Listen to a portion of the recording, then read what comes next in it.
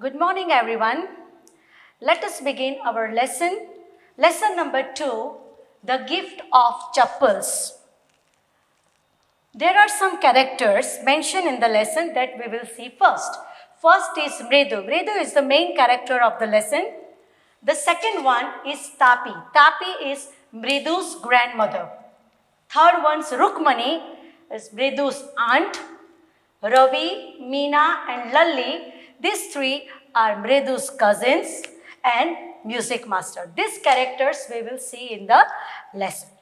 Now, the lesson begins with the name of girl Mridu.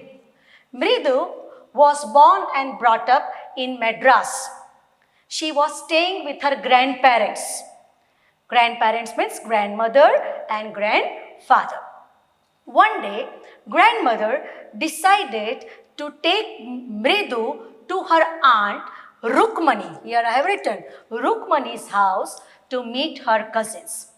Mridu was so happy. She was so excited to hear that she is going to visit her cousins. So Mridu, along with her grandmother, went to Aunt Rukmani's house. Rukmani, with smile face, she opened the door.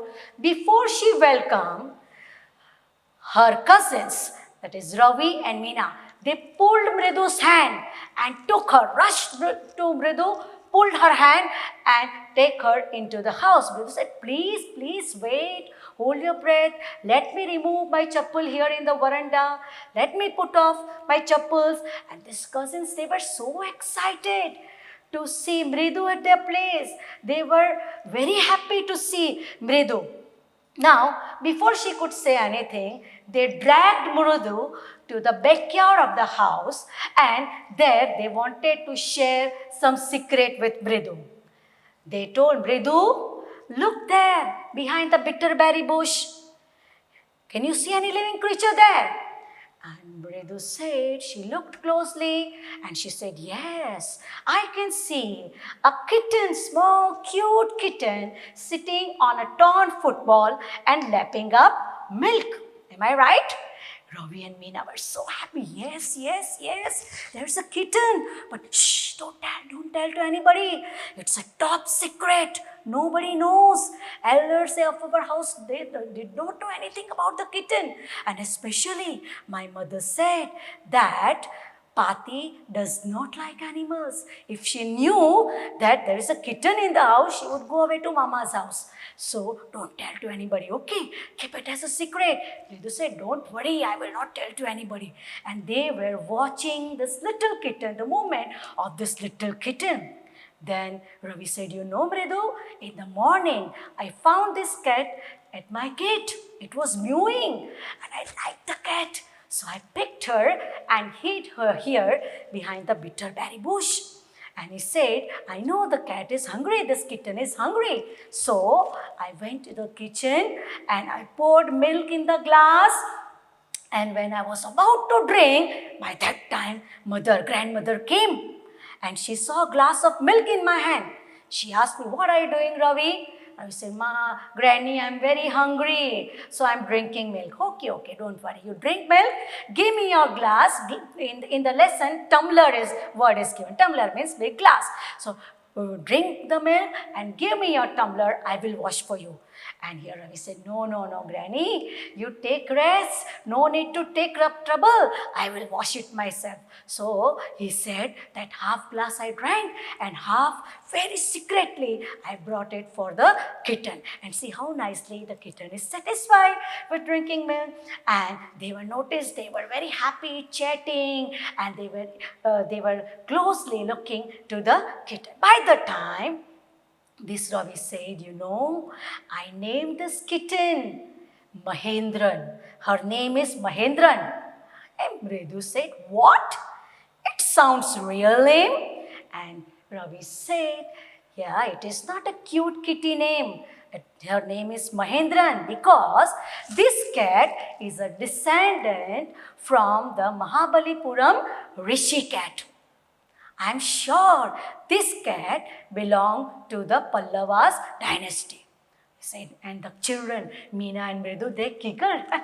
They laughed. Hey, you cooked up story, Ravi. He said, no, I'm not joking. I had been to Mahabalipuram and there I saw in the emblem, there was lion, the lion's mane and the kitten's mane. Exactly the same. And I'm sure this kitten belonged to the Mahabalipuram Rishi cat. You know the full name of Mahendran?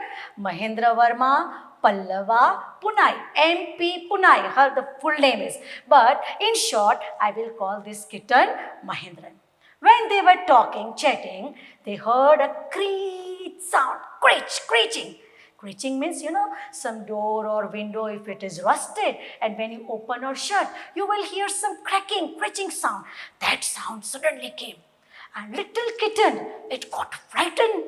So it jumped over a bamboo tray. There was one bamboo tray kept. On that some chilies were kept there for drying. So the kitten jumped over the bamboo tray. Bamboo tray fell on the ground. All the chilies were scattered to the ground. And some of the chilies fell on this little kitten. It got more frightened. It tried to hit beneath the chilies. And this screeching sound was going on and on. So Mridu got irritated. He said, what is this sound of? What is this noise of? Continuous screeching sound comes. What is this of? I'm really irritating. So harsh these noises. And Ravi said, oh Mridu, that's Lalli. Lalli is learning to play violin. Daily music master comes to teach her. But this Lalli is very slow learner. She is not able to cope up with music master. She is not able to catch the exact tune and notes of violin, he said. And he said, now listen carefully. When music master plays, it is like a train whizzing on and on a smooth track. But the other side, when Lalli plays, it is completely off track as the train derails from its track. And she said, yes, you are right. It sounds very strange, weird. And they said, yes. Mridu said, I want to see Lalli. Come on, we'll go. So here you see in the lesson, this picture is there. Here Lalli, Mridu, Ravi and Meena, these three cousins, they crept up to the window and they were looking down. And there they saw Lalli and music master sitting on the ground. Look how Lalli, she holds violin in her hand and she was completely struggling with the violin. The other side, minute description of music master is given. Music master, he had a bony figure, means he was skin and bone, very thin fellow. And he had bald head and some fringe of oil black hair around his ears. And he had wore a gold chain and a diamond ring in his finger. He wore a vesti. Vesti means dhoti. You can see in the picture in your textbook. And he was playing so melodiously. Each and every note was perfect, like the train whizzing on and on, very melodious to hear. But when Lalli's turn comes, she was completely off track. When these children were looking this scene, when they were enjoying the music that time, they heard a wail from the gate. Wail means a loud paining sound. Someone is calling, Amma, Amma. So these three kids, they looked back. And what did they see? They saw a poor beggar standing at the gate. And he was crying, Amma, Amma. And this wail was heard by Ravi's mother, that is Rukmani. So Rukmani said she was chatting with her grandmother. She was chatting with her mother in the backyard of the house. And she said, Ravi, go and tell that beggar to find some another place to beg from, another house to beg from. Go away from her. Tell him to go away. I don't want to help. Last whole week, every day that this beggar came to my house, I fed him, I gave him alms and food and gave him shelter. But now I am not going to help him. Tell him to go and find some another house to beg from. So Ravi, along with Mridu and Meena, he went to the beggar.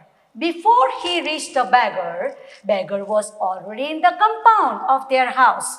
And he had spread a cloth on the ground and he was sitting under a tree, taking rest. And Ravi went there and stayed sternly.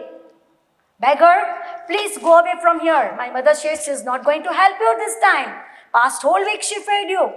And this man looked all the children very closely and said, yes, I know. The ladies of this house were very kind to me. They are good souls. They took care of me. They had pitied on me. They gave me alms and food and shelter. And now why they are telling me to go away? Amma, Amma, he was continued to shout. And Ravi said, say, there was nothing left in the kitchen. So please go away from here. Poor beggar. He was very thin, hungry, hardly worn clothes. And he said, okay, I will go. But please allow me to take rest for some time. Look, the sun is very hot. The tar of the roads are melted. I don't have chappals. Then he stretched out his feet and showed. And these children, when they saw the sole of the feet of this beggar, their hearts were moved. They were completely sad. They were stunned to see the bare feet of this beggar. Why? Because his feet were full of blisters. Big bubbling boils were there on his sole.